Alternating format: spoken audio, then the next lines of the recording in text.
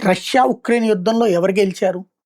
పాత రోజుల్లో అయితే ఒక రాజు ఇంకొక రాజ్యం మీద దండయాత్ర చేసి, అవతల రాజుని బంధించి, సంకెళ్లతో తన దేశం అంతా అదే దేశంలో తిప్పి, లేదంటే గనక అవతల రాజుని చంపి, ఆ తలని తీసి కోట గోడకి వేలాడదీసి, ఆ రాజ్యమంతా నాది అంటాడు. దాన్ని విజయం ఆ జెండాలు మార్చి, ఈ జెండాలు ఆ సైన్యం, ఈ సైన్యాన్ని నిర్బంధించడం ఇది జరుగుతది. ఈ రోజుల్లో అది గాదు. ఇది నాటి రాచరికపు కాలం గాదు. లేదా ఇప్పుడు పత్రికలు, టీవీల కాలం గూడా పోయింది. సోషల్ మీడియా కాలం వచ్చింది. ఇట్లాంటి సందర్భంలో ఎవరు గెలిచారనాలి? ఎవరు ఓడారనాలి? ఉక్రెయిన్ మీద 4 ఏళ్ల నుంచి దాడులు చేసినటువంటి రష్యా, టోటల్ ఉక్రెయిన్ ఆక్రమించుకోలేకపోయింది. కాబట్టి ఓడిపోయిందనాలా? కానీ ఉక్రెయిన్‌లో ఉన్నట్టు 4 భాగాల్ని కోల్పోయింది ఉక్రెయిన్. రష్యాని మాత్రం పూర్తిగా ఆక్రమించుకోనీయకుండా చేసింది.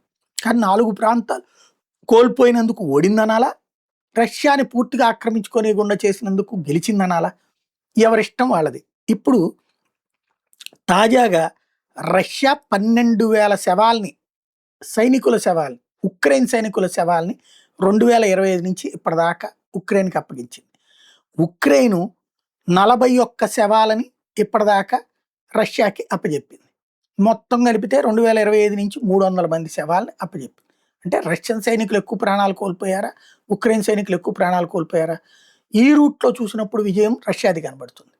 బట్ ఈవేళ వరకు జెలెన్స్కీని పక్కన పెట్టించి అక్కడ పరిపాలన తన హస్తగతం చేసుకోలేకపోవడం అంటే రష్యా పైన ఉక్రెయిన్ గెలిచినట్టు. ఏది నిజమన్నది ఎవరిష్టం వాళ్ళది.